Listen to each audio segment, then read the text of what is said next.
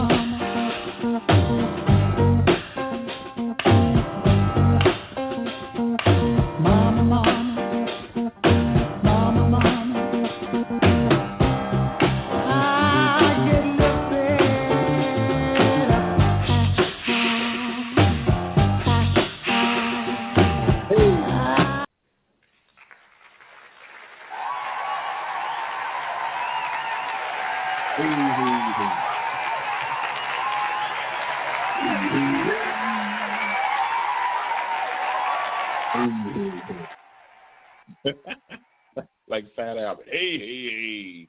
You still going on. Welcome, ladies and gentlemen. Today is Friday. It is Family Fun Friday, or Family Friday, whatever you want to call it. I'm your host, Dr. Q. Co-host is Aaron Green. And his seat on time. How about that? Say hello, Green Bean. First time for everything. Hello, good morning, good afternoon, and good night to all. Family Fun Friday. Let's get things started, man. And, of course, shout out to our engineer, Trey. But good to see you. Good to see you. Good to have somebody how to hit the control. Good enough time.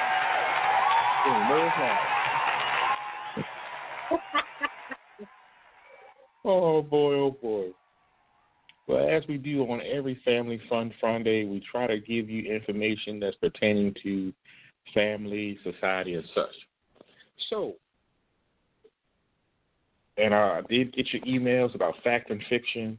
I don't have time to respond to all of them, but I'll try to answer some of them at the end of the Ask Us About It. Because you got 20 questions for the Ask Us About It, which is today.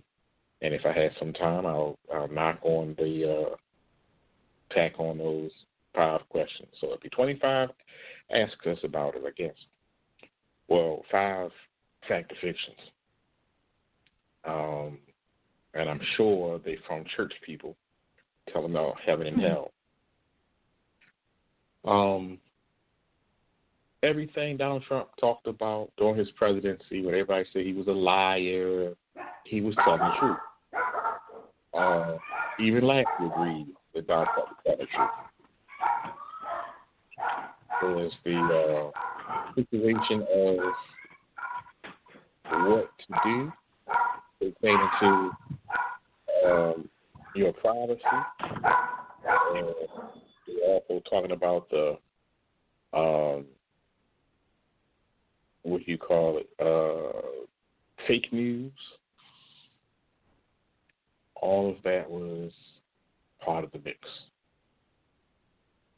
Even Lassie got excited about Donald Trump. So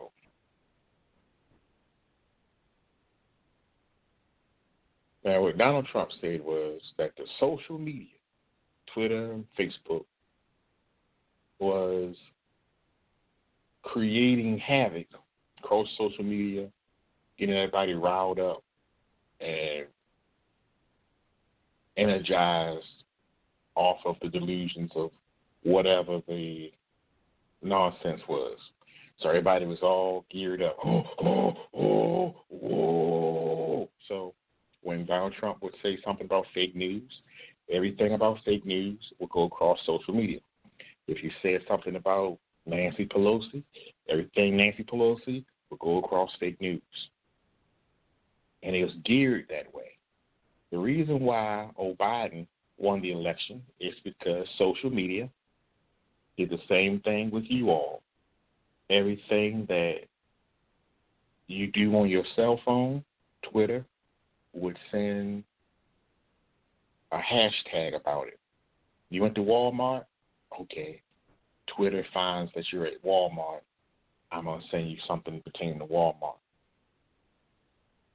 Google, I'm going to send you something pertaining to Walmart.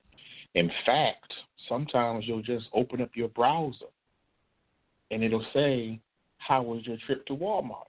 Now, I got a question the other day that said, how was my trip to, what's the name of that auto place? Not the AutoZone.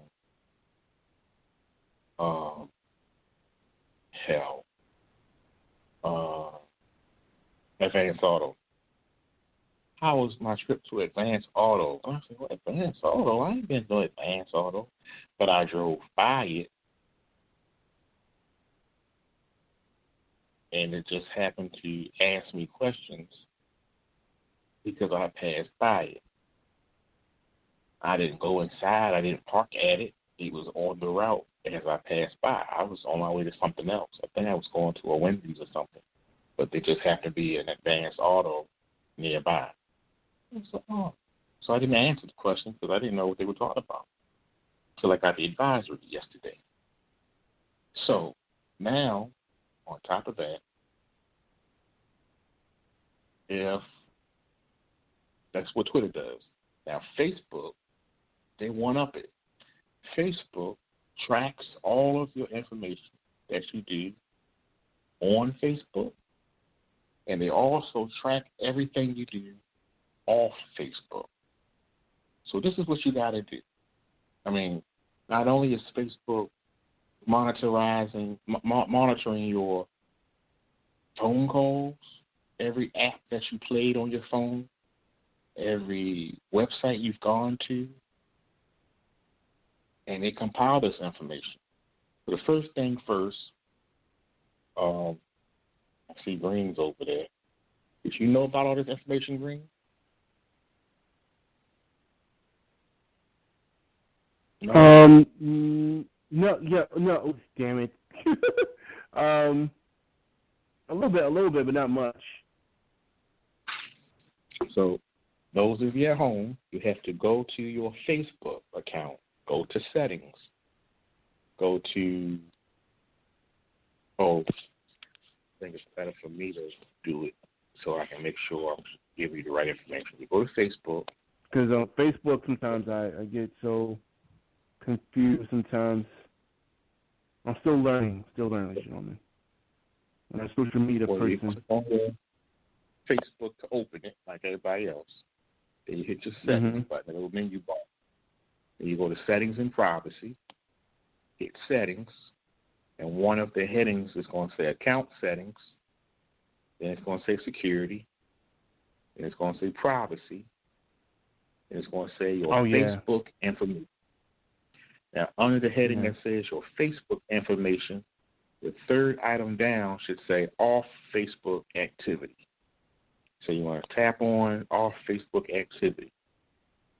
And you want to click the button that says clear history.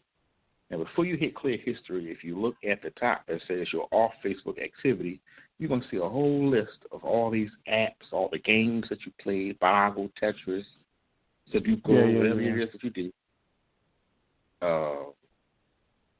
eHarmony, if you're on dating sites, all that is right there.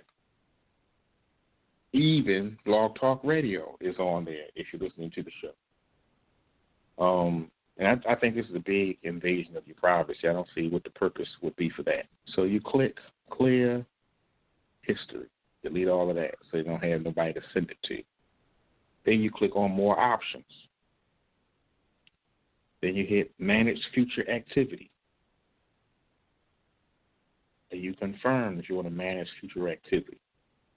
Then you have a ticker that says turn on future activity, turn off future activity. You want to turn that off. And then they give you this comment. Your experience may be less personalized and the ads you see may be less relevant to you. That's the penalty for not letting them see your off Facebook activity. You know. So I agree with Congress putting limitations on social media because some things are just too much. You don't need to know everything. I don't even like the fact of people putting their interests on it. Interested in men, interested in women. None of your business. Some people have these profile pictures where they can put the rainbow around it so everybody knows they're gay or LGBT or whatever. None of your business. Just do what you do. And it's like, wow. That's crazy. A lot of people love to share. I know people love to share. And some people just don't have nobody to talk to. So there's only things like that, too, as well. Especially with the day and age where everybody cannot go anywhere because of the pandemic. I mean, what can you do? Yeah. Yeah.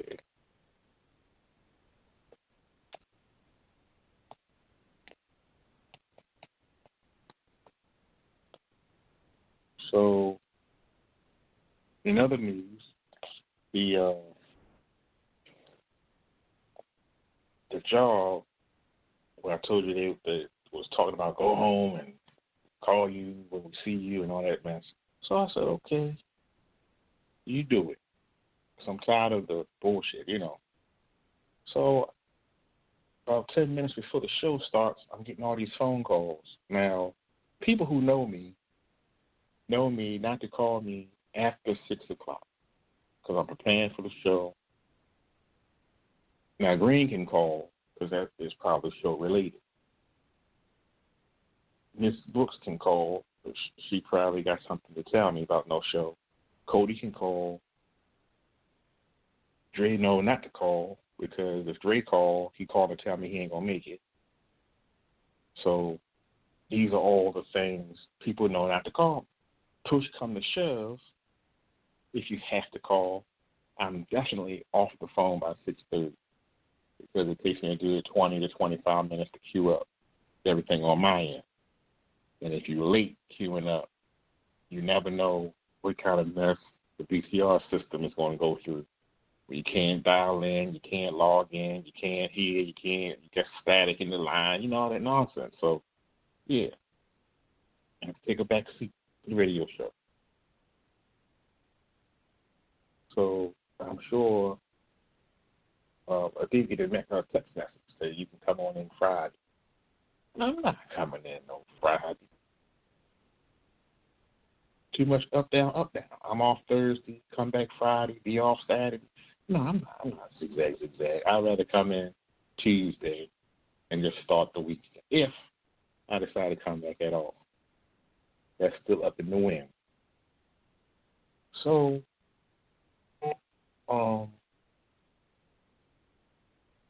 one of the site people that I work with all the way out Cecil County winds up calling. And I'm saying, man, if I didn't answer for W1, what makes you think I want to answer for W2? I'm busy. I'm doing something. And I have voicemail. Leave me a voicemail message or text me something I get back to.